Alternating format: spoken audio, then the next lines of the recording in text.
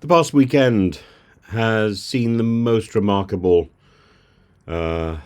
bumps in diplomatic history as the Ukrainian President Zelenskyy has first met President Trump, has then come to the UK, to the Lancaster House summit, and has now met King Charles III in Sandringham. The encounter set against the backdrop of global turbulence.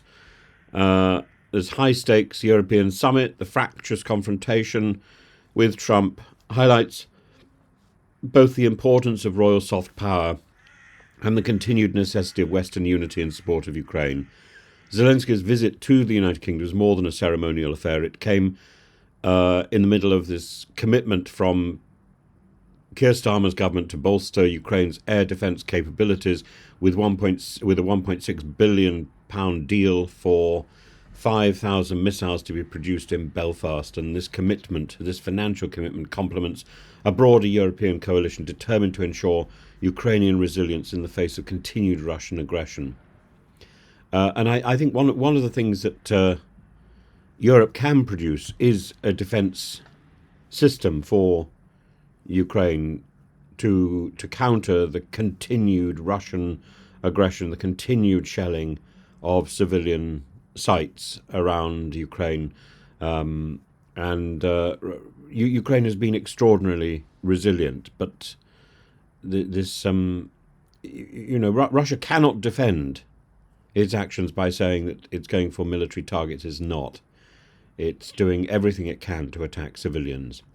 And Starmer's diplomatic finesse has been on display as he successfully navigated conversations with Trump, securing a degree of US cooperation despite Trump's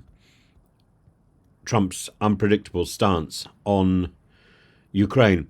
But the most unexpected element of Zelenskyy's visit was his private meeting with King Charles.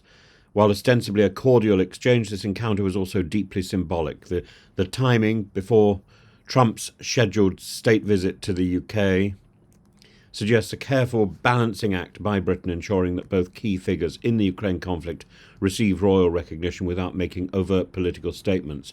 Traditionally, the British monarchy has remained politically neutral, but Charles has proven to be a more engaged sovereign than his mother, the late Queen Elizabeth II, and his previous meetings with Zelenskyy, including their 2023 encounter at Buckingham Palace and a 2024 summit at Blenheim Palace, demonstrate a consistent pattern of support for Ukraine.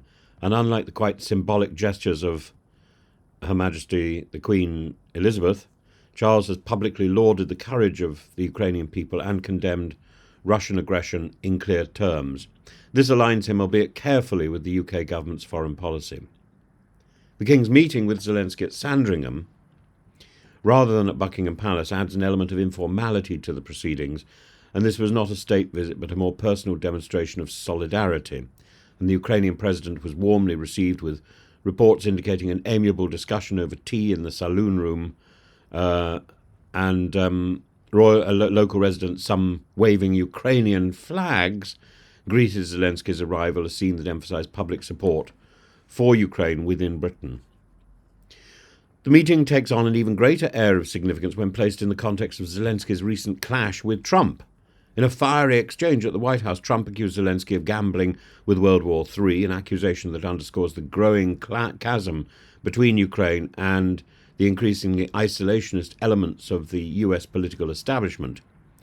In contrast, Starmer's invitation to Zelenskyy, along with the European summit, along with the meeting with King Charles, showcased a united European front in contrast to Washington's shifting positions. And for King Charles, the balancing act is delicate. He's already extended an unprecedented second state visit invitation to Trump, a move aimed at maintaining diplomatic ties with the former and now current US president. And the Sandringham meeting with Zelenskyy, therefore, appears to be a calculated effort to counterbalance Trump's potential future influence with a reaffirmation of support for Ukraine.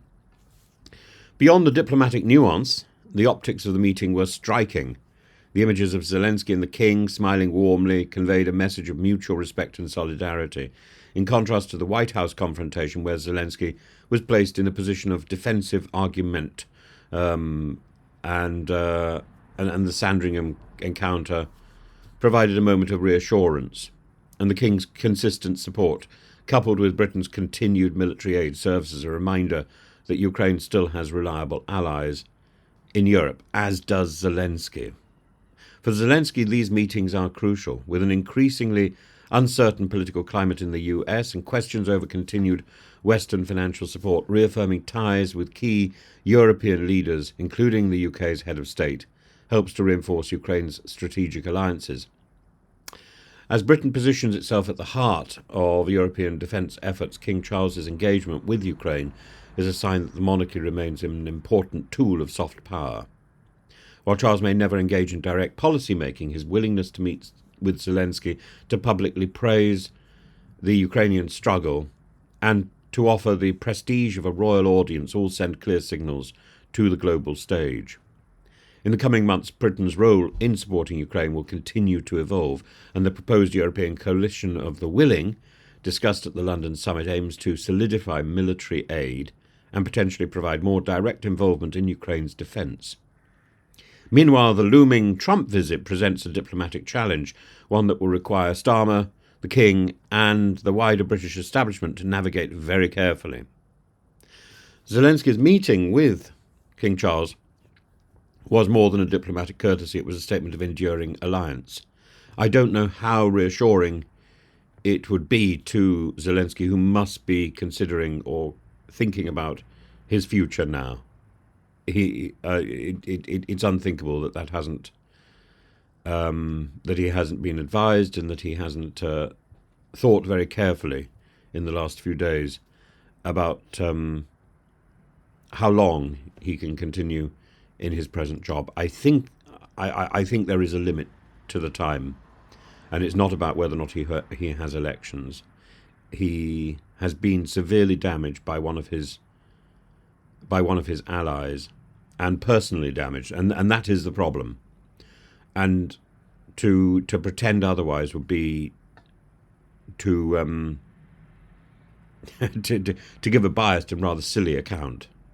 And I'm surprised this hasn't been raised in more YouTube videos and hasn't been raised more by the mainstream media.